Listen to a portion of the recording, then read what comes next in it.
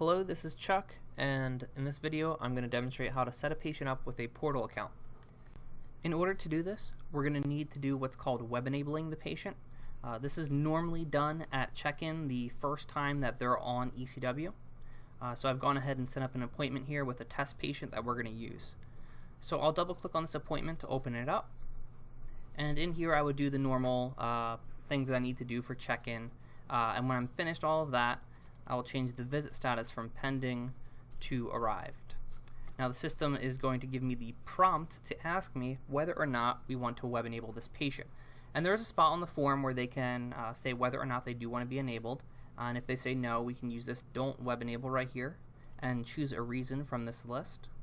If they do want to be enabled, then I'm not going to check that off. Instead, I'm going to type their email in right here.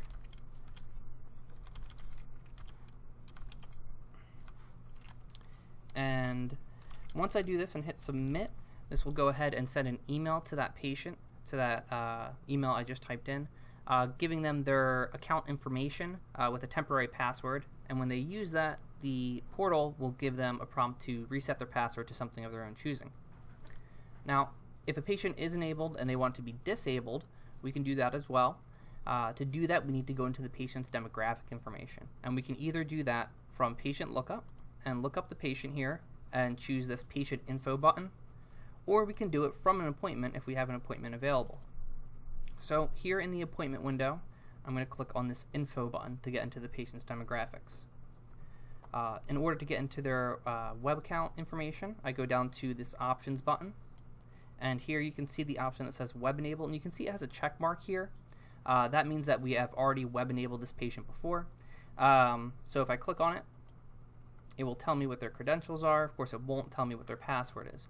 Now, there's a few different things that you can do in here. So the one I was mentioning was disabling their account. That's right here. If I check that off and I were to hit OK, that would disable their account.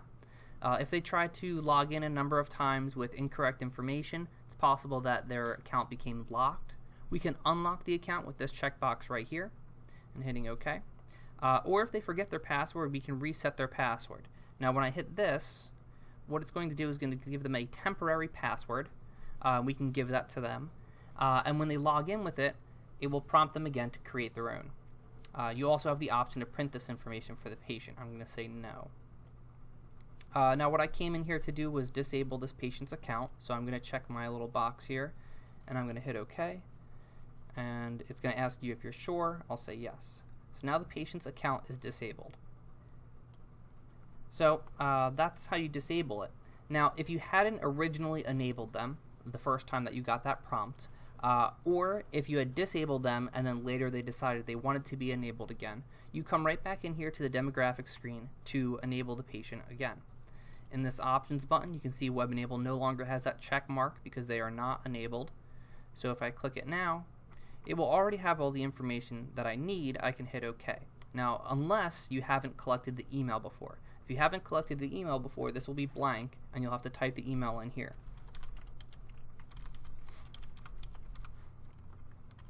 And then once you type the email in, and you hit the OK button, they will become web enabled. It will tell you what their temporary password is, so that you can give that to the patient, and then it will again prompt them to create their own. That is how you web enable a patient. Please be sure to check out our other videos.